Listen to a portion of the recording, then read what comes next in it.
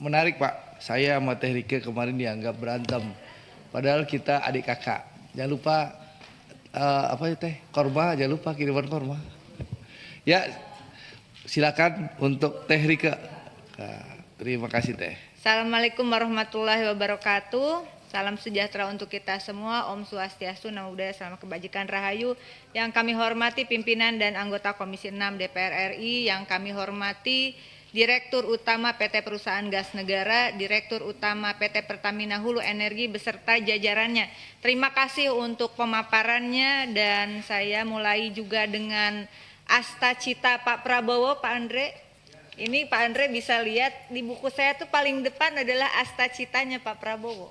Jadi menurut saya pemilu sudah selesai, dan apapun sekarang presidennya Pak Prabowo Subianto, tentulah kita harus memberikan dukungan untuk hal-hal yang positif begitu. Asta Cita nomor 2 terkait swasembada energi, betul Bapak ya? Namun kemudian juga ada Asta Cita nomor 7 bahwa memperkuat reformasi politik, hukum dan birokrasi serta memperkuat pencegahan dan pemberantasan korupsi dan narkotika, kalau saya tidak salah begitu. Nah, sehingga apa yang akan saya sampaikan ini bukan karena kita juga DPR, saya rasa punya tanggung jawab konstitusional juga sesuai sumpah jabatan. Saya sangat berharap perusahaan gas negara dan Pertamina Hulu Energi ini bisa benar-benar bukan hanya survive Pak, tapi juga kuat begitu ya. Karena swasembada energi itu saya sampaikan juga kemarin di hadapan Dirut Pertamina, persoalan energi bukan hanya persoalan tentang jual beli kebutuhan energi, baik itu BBM, gas maupun listrik. Tapi persoalan energi adalah persoalan pertahanan, keamanan, bahkan kedaulatan negara. Sehingga bapak-bapak yang bertugas di perusahaan negara terkait energi ini tentu memiliki hal-hal yang saya kira tidak mudah. Tapi saya yakin, saya melihat auranya ini mungkin akan lebih baik dari yang sebelum-sebelumnya. Karena beberapa, saya kebetulan ini periode ketiga di Komisi 6. Ada orang-orang yang duduk di tempat duduk Bapak Ibu sekarang, Ibu dan Bapak yang dulu, dan kemudian ketika berhadapan dengan kami seolah-olah tidak ada masalah. Kalau kami diingatkan, dianggapnya kami mengkritik pemerintah, lalu kita juga quote and quote mengalami intimidasi tanpa perlu kami sampaikan. Tapi di kemudian hari, dan syukur alhamdulillah di masa pemerintahan Prabowo ini semuanya bisa dibuka, semuanya bisa disampaikan oleh para penegak hukum kita. Dan tentu saya tidak berharap Bapak Ibu nanti juga menjadi bagian yang diperiksa, tetapi saya berharap Bapak Ibu menjadi bagian orang-orang yang menorehkan legasi swasembada energi kita. Nah, saya beranjak dari PGN Subholding Gas Integrasi Infrastruktur Gas Bumi Pipa dan Non-Pipa dengan hilir gas 95%, total infrastruktur hilir gas bumi di 17 provinsi, 74 kota kabupaten dan 380.000 pelanggan, dengan pangsa pasar rakyat Indonesia yang kurang lebih 270 juta. Apalagi kalau Jargas ini benar-benar jalan Pak, dan ini akan meminimalisir persoalan-persoalan subsidi tidak tepat sasaran, gas dan seterusnya, yang itu juga memakan kerugian negara yang cukup tinggi. Dan di RPJPN 2025-2045, transformasi ekonomi, penerapan ekonomi hijau terdiri dari percepatan transisi energi, penerapan ekonomi sirkular, transportasi ramah lingkungan. PGN sebagai Nasional Gas Agregator, saya sangat mendukung PGN sebagai Nasional Gas Agregator menjadi mitra strategis pemerintah untuk swasembada energi dan penerapan ekonomi hijau. Sekali lagi ini mandat dari cita-cita Presiden Asta Cita nomor 2. Kemudian di sisi lain tentu hal-hal lain kami sangat mendukung Bapak, karena 2023 itu anggaran subsidi LPG sampai di 117,85 triliun, dan kemudian Indonesia juga merupakan eksportir LNG terbesar di dunia. Namun pada 2024 ini nanti tolong kami jelaskan apa perbedaan impor dan ekspor dari yang Bapak hasilkan untuk publik juga supaya lebih jelas Pak. Apa itu LNG, apa itu LPG, singkat saja Pak. Singkat saja. Total impor gas alam 6,9 juta ton LPG, dan ini diperkirakan ada loss devisa senilai 63,5 triliun dengan asumsi harga LPG 580 US dollar per ton dengan kurs 16.000 begitu. Nah, tentu ini menjadi seandainya Pak Andre alokasi ini tadi makanya minta dukungan untuk pemberian alokasi gas bumi dan skema dan seterusnya. Ini ada potensi alokasi yang seharusnya itu kita tidak untuk impor, tetapi kita dorong bagaimana PGN ini menjadi lebih kuat. Namun di sisi lain tadi juga sudah disampaikan, dan ini adalah amanat Asta Cita nomor 7 tentang penegakan hukum. Apa yang terjadi pada PGN dan juga hulu energi di waktu-waktu lalu bukan sesuatu yang lalu kita hentikan untuk bicara, karena akibatnya ditanggung oleh manajemen yang sekarang. Dan manajemen yang sekarang saya kira juga membutuhkan dukungan Komisi 6 terhadap penyelesaian dari kasus-kasus terdahulu. Jangan biarkan mereka yang sedang berusaha dengan jiwa merah putihnya ini tidak mendapatkan dukungan dari Komisi 6 atas kasus-kasus terdahulu di zaman pemerintahan yang lalu, bahwa dikatakan saat itu PDI Perjuangan katakanlah menang, kalau secara partai sekarang juga menang. Tetapi ini bukan persoalan partai menang atau tidak menang atau presidennya dari mana, tetapi kami juga sudah diperintahkan bahwa kami menjadi mitra strategis, sehingga persoalan-persoalan di masa lalu yang sekarang diungkap dengan baik oleh pemerintahan Presiden Prabowo, tentu kami harus memberikan support untuk lebih detail dan dibuka kepada publik. Laporan BPK 2017 semester 1 2022 tolong nanti disampaikan perkembangannya Bapak. Mangkraknya terminal gas alam cair Teluk Lamung Surabaya, kemudian rugi penyimpanan dan regasifikasi terapung FSRU Lampung. Kalau Bapak Ibu mengecek di googling saja Pak, sejak tahun 2018 saya sudah berjuang untuk mengungkap kasus FSRU Lampung. Rike Dia Pitaloka FSRU Lampung 2018. Ini ada kesalahan strategi manajemen di hulu Saka Energi yang membeli blok migas 2013-2015 dengan kerugian rata-rata 50 juta US dollar dalam 5 tahun. Dan tadi disampaikan oleh Bapak, terjadi sekian tahun lalu, tetapi manajemen sekarang ini harus mengatasinya. Tentu saja kita memberikan support. Dan kemudian juga ada akuisisi oleh PT Saka Energi Indonesia lebih tinggi, ini laporan BPK ya, 56,6 juta senilai setara dengan 852 miliar di 3 wilayah kerja migas Ketapang dan Pangkah di lepas pantai Jawa Timur, betul Bapak? Kemudian Fasken Texas US tadi sudah disampaikan oleh Bapak. Ini kesalahan manajemen yang lama, tetapi manajemen yang sekarang saya kira juga tidak akan lepas tangan, dan pimpinan dan Komisi 6 DPR RI mereka sedang berjuang untuk bertahan dengan keadaan keuangan yang juga digandoli atau terbebani oleh kasus-kasus lama.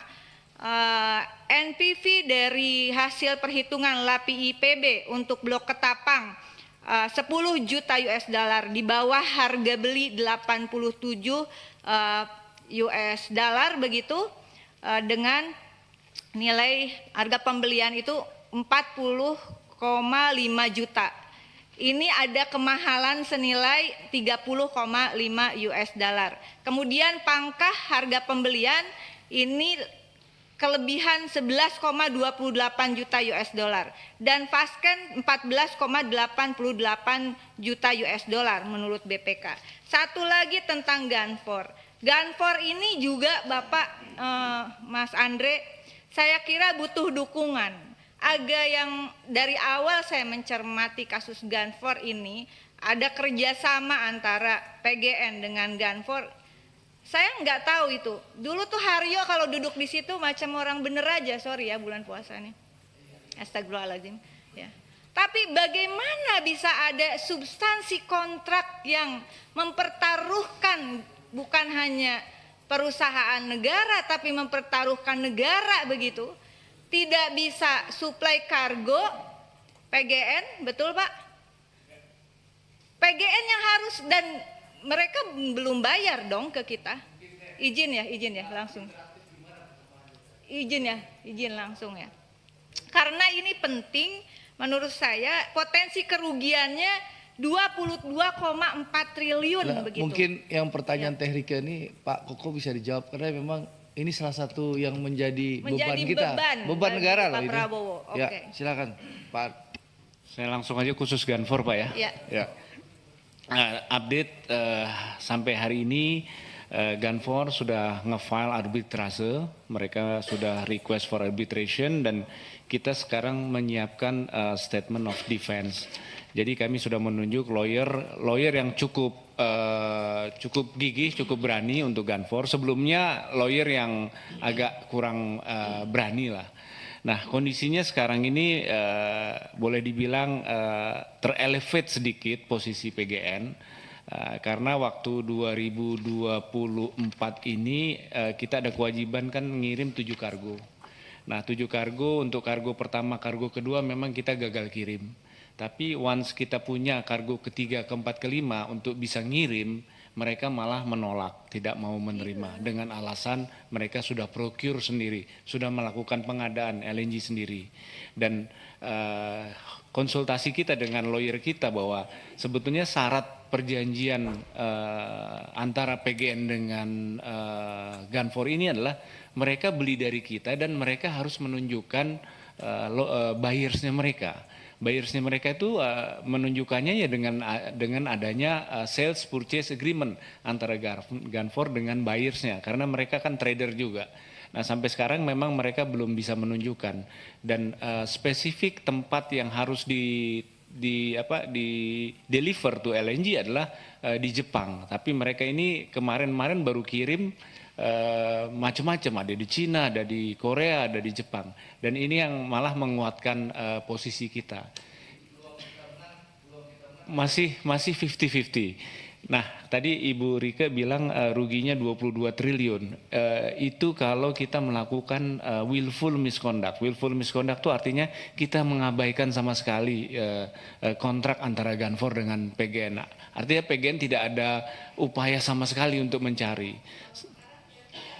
Sekarang izin pimpinan berapa kira-kira kerugian? Mereka baru ngeklaim sekarang ini terakhir 74 juta US dollar. 1 T lah. Tapi belum selesai Bu ya prosesnya ya. Nah ini yang akan kita terus update day by day ke komisaris, ke kita semua. Ini pelajaran berharga sekali tentu saja pimpinan juga untuk kita Komisi 6 dalam politik pengawasan. Bagaimana mungkin tadi sebetulnya posisinya juga maaf kalau saya mengatakan ada indikasi untuk menjebak begitu ya. Tetapi ini juga karena mungkin tim hukum dari PGN khususnya untuk bisa lebih diperkuat ya. Bayangkan waktu itu ya ketika kalau tidak salah kargonya itu total 32 kargo untuk sampai di 2024 ya. 2024 sampai 2027 ya. Nah, ini saya tidak bisa membayangkan kalau kemudian saya terima kasih loh Pak Dirut fight betul untuk Ganfor ya. Karena Dirut yang lama saya tahu dia nggak fight. Ya, seperti juga wajahnya, maaf. maaf. Ya, karena jadi ini menurut saya persoalan Ganfor ini tidak bisa dianggap sebelah mata, Pak. Karena ini menjadi citra bagi Indonesia sebagai sebuah bangsa, sebagai sebuah negara. Bagaimana bisa quote and quote diakalin seperti itu? Tadi disampaikan bahwa dalam sales purchase agreement harus ada PGN bisa melihat siapa buyersnya. Betul Pak ya? Lalu kemudian spesifikasi tempat deliver LNG-nya di Jepang. Ini 2 poin penting menurut saya dan mudah-mudahan ada media yang mengutip ya, bahwa ada indikasi Ganfor pun quote and quote mencoba untuk tidak patuh pada agreement yang ada. 2 poin tadi saya ulangi karena ini penting. Ternyata berarti Ganfor tidak membuka siapa buyersnya ke PGN. Padahal itu ada dalam kontrak, betul Pak. Yang kedua adalah spesifik tempat deliver yang tertulis di dalam kontrak adalah Jepang. Betul Pak. Tetapi kemudian PGN malah harus disuruh kirim ke Cina, Korea dan segala macam. Ini hitungan tentu jadi beda lagi begitu. Dan ketika PGN di dalam pengiriman ketiga dan seterusnya akan mengirim, mereka mengatakan mereka sudah menanganinya sendiri. Nah, mohon dukungan juga tentu dari, saya nggak tahu, Kementerian Luar Negeri saya kira juga apakah memberikan support untuk katakan memberi ini karena udah di The London Arbitrase ya Pak ya. Sehingga ini juga membutuhkan dukungan full. Saya kira Mas Andre PGN tidak bisa sendiri dalam hal ini karena ini membawa wajah Indonesia begitu ya. Kalau ini kita berhasil, orang nggak bisa seenak-enaknya lagi memperlakukan kontrak internasional seperti ini. Yang terakhir mengenai PHE, mohon maaf agak panjang, ini PHE Pertamina Hulu Energi Pak, ada subholding upstream temuan cadangan minyak gas bumi di Bekasi Pak, dapil saya Pak. Mohon perkembangannya seperti apa, rate minyak 402 BDPD, rate gas 1,09 mmSCFD, kedalaman 2590 mmD ya. Mohon ini penjelasannya sampai mana karena itu adalah kawasan industri terbesar saya kira saat ini di Indonesia dengan zona ekonomi internasional dan lebih dari 30 negara. Kali ini benar-benar terakhir. Ada investasi dari Asabri dan Taspen di Pegas atau PGN ya, Bapak dari PGN. Taspen ini membeli saham di tahun 2015 senilai 4.000 sampai 5.000 per lembar begitu dengan total investasi 400 miliar. Nanti mohon untuk perkembangannya seperti apa karena izin kami ingatkan bukan di zaman Bapak, tetapi mohon dukungannya Pak. Karena uang yang diinvestasikan itu adalah uang potongan iuran dari PNS per bulan 3,25% untuk tabungan hari tua dan pensiun 3,25%. Uang ini adalah dana amanah saya kira karena ini potongan upah dari para pekerja. Demikian pimpinan, mohon maaf kalau terlalu panjang, mudah-mudahan kita bisa, saya memberikan dukungan penuh terhadap swasembada energi dan tentu saja PHE dan juga PGN bisa lebih bertahan lagi ya. Selamat berjuang, wallahul muwaffiq ila aqwamit thoriq. Wassalamualaikum warahmatullahi wabarakatuh.